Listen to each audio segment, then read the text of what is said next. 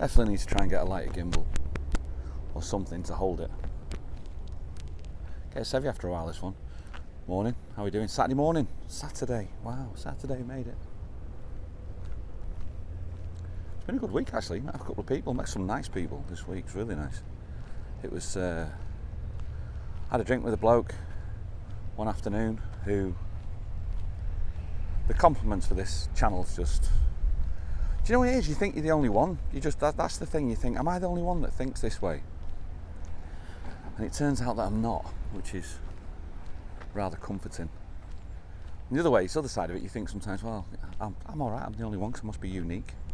Sometimes you don't want to be unique, you just want to be, sometimes you just want to be in the crowd. And the drink that I had with the bloke today, this week, Alan, how are you mate? Hope you're doing well, hope you're having a great holiday. It was lovely, honestly, it was really, really nice. It was quite refreshing. It's strange how sometimes lives live side by side in completely different areas of the country, but follow familiar or similar paths. I think that's what it was. And that was what's quite astounding, all to do with management, sales management, then issues of what happens and stuff and where it took him. And it was, I know you don't mind me talking about your story. To see where you are now, Alan, it was a pleasure, honestly, it really was a pleasure to meet you. It was, could have spent a lot more hours in there, but I had my car. The beer was very nice and the conversation was even better. So thank you for that. I met another one. This one's a funny one. This one, I'm thinking of doing something with this guy actually. The guy's called Keith, right? You know who you are if you're watching, Keith. You know who you are. Just make sure I don't die first. I was at work comparing, and this bloke came up to me called Keith. He was with his family, and an extremely interesting bloke. To do with the fact that he's got degrees and stuff like that, so he's got all the letters after his name, he says. But he was diagnosed with some sort of personality disorder, and he says it just means that I'm what's he said? I think just means that I'm bipolar, but I know it, so I know how to handle it. He's very intelligent. I said to him, I'm not as intelligent as you. He went, oh yes you are. He says you just don't have the letters after your name, which is quite a compliment. So thank you very much for that. It's come to a point where he's on holiday for 2 weeks, and in the second week next week he's actually coming up to the Gulf, up to where I live. And I've asked him, I said, look, can you get in contact with us? Because what I think I'd do is, I think we could do something for this channel and just have a chat. Just, as I said, as 50 plus blokes and have a chat. I think he's got, do you know when, how do you explain it? Do you know when you know there's a story there? You know. You just know there's a story there and you think, yeah, that's something that I want to explore further. And I think if Keith gets in contact, I'm going to do something. The issue is with it, and this is the important thing, people on YouTube, might know this, or it's just me that feels this, is that if somebody tells you a story and you go, oh my God, that's a fascinating story, let's get this down on camera, it never ever, I don't feel it'll come across as genuine on camera because it's all preloaded, if you know what I mean. And that preloaded scenario kills the impact of the actual story itself, so it then looks almost staged. So what I try to say to people, if you might have seen the vlog with the Watt Pack, they tried to tell me the story before we started. I went, no, stop. I said, I don't want to hear it. Let me just do it on camera and I'll edit it and work it so we get the maximum effect of the story. And that's they're over the moon with the way that came out. And I think that's the way I want to do it more from now on with the vlogs. It's just more, not a surprise, but just more see how it flows and just more natural. I just want it to go natural rather than a staged scenario, because everybody says that the lives that we do are so natural, and then sometimes people say that the filming tends to be a little, or seems to come across a little bit staged. So there she is. People are looking. Look at me learning to talk, and then people still looking.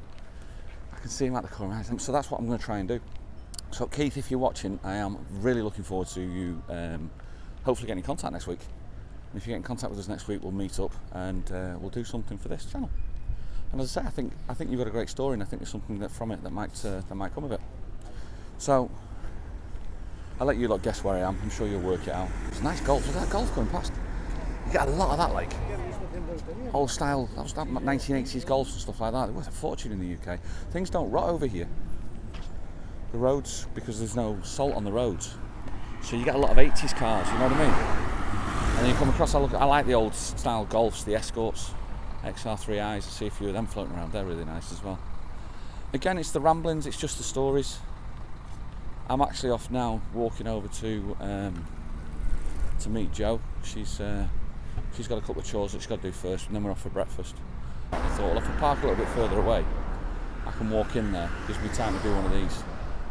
I've just spotted a BMW i8 as well. Some nice cars around here on the island.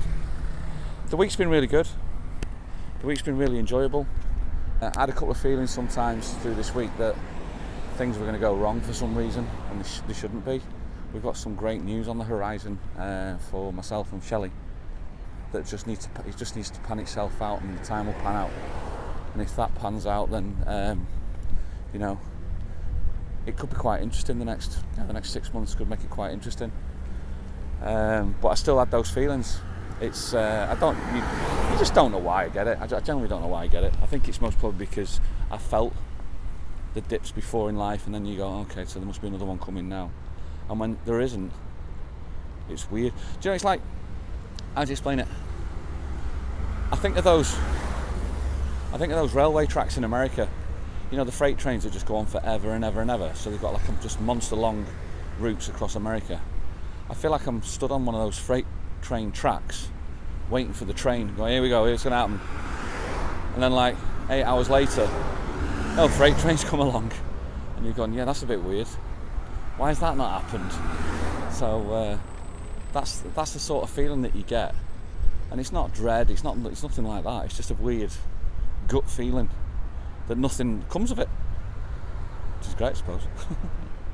But it's still there sometimes. I had that a couple of times this week. I tell you what I'm going to do. I was going to tell you the story. Coming in today, I was thinking, what should I talk about? And I knew I wanted to talk about those two things, about the people that I met this week. And the comments, again, I'm going to have to stop saying thank you for the comments, because it's getting monotonous. But for the last time, thank you so much. It is phenomenal. They've been really, really great. I was going to talk about my dog. You think, what on earth has he got to talk about with his dog? But it's just the dog became part of stories, and it's not about the dog itself, but it's about the stories of the dog. I've got a page called Rolo the Rescue Dog. It's got about 1,000 people that follow it on Facebook.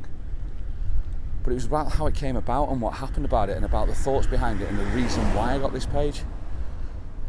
And the simple reason is, I'm going to tell you a story about my dog, but don't hang up if you're not a dog lover, because it's not about the dog, it's about the thoughts behind it, about what happened and my thought pattern about something, okay? My daughter came over, my youngest, she came over, and the plan was she was coming over to live. That was the plan. She lasted 8 months, too young, locked down too soon, wasn't really much enough to do with it. She got bored, she went to go back, which is absolutely fine. She's gone back to the UK. That's better. You know, when you're overtaking people, you're going to carry on talking. I was like, yeah, I can't do that yet. So let me tell you about my dog. One of the things about my dogs, back in the UK, we've got a couple of dogs back in the UK, and I've left them behind when the marriage broke down.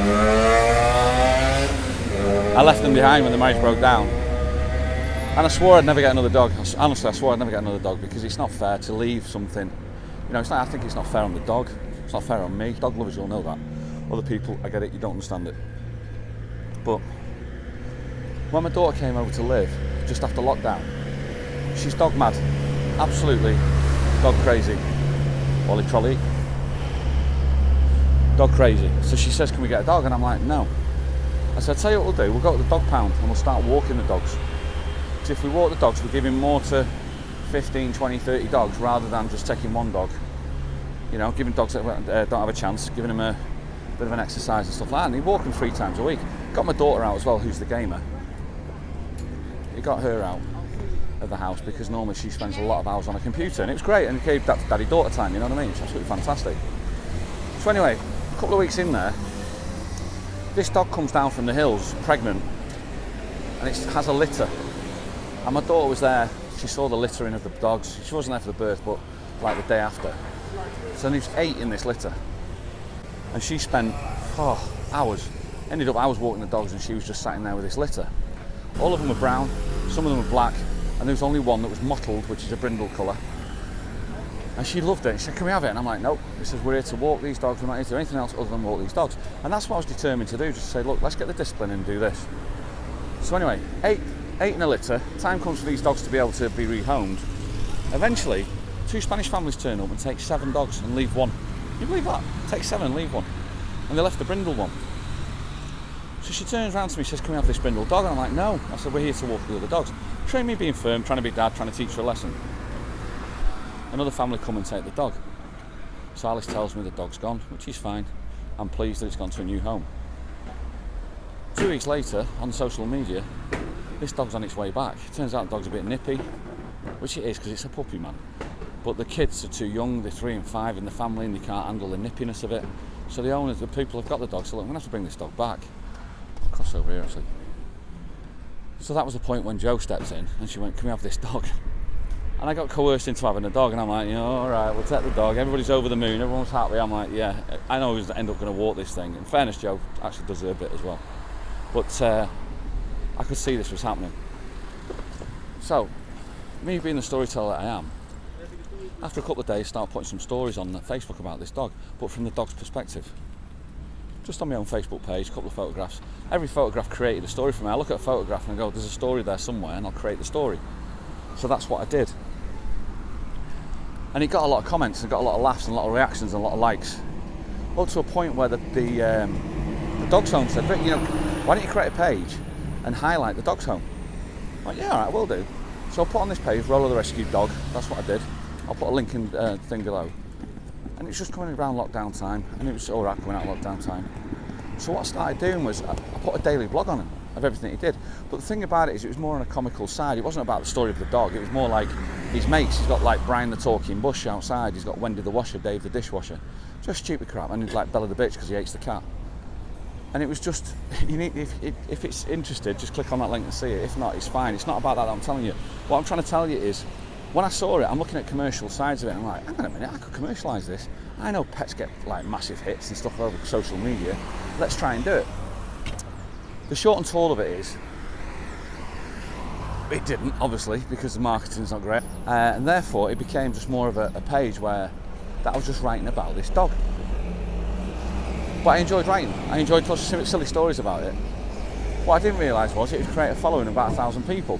And what I also didn't realise was that the people that were following it were a lot of people who look forward to this story every single day. We got into a ritual of a habit and going, listen, this is part of my morning routine.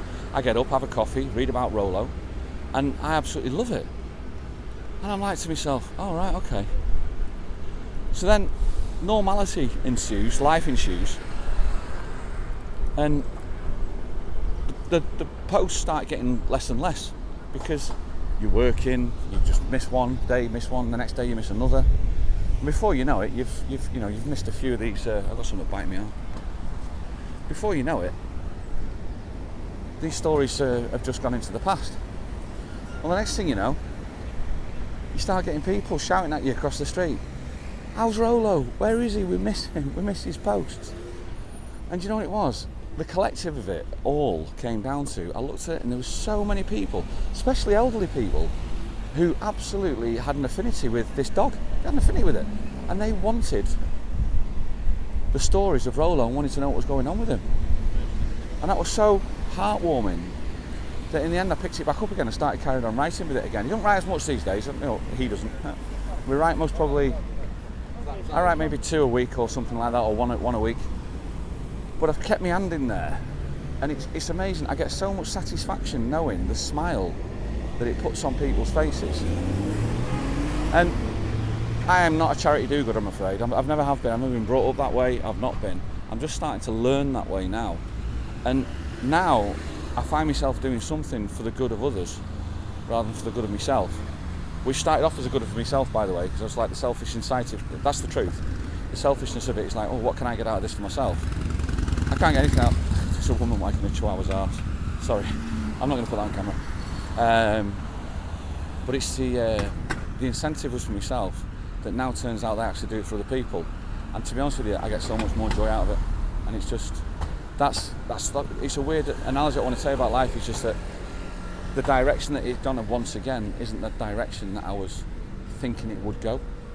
But it's brought me a more satisfactory result and ending than what I was thinking of. So, Austin, how you doing? I'll come and see you in a second, mate. Hello, sweet. and it's brought me a more satisfactory ending that I thought.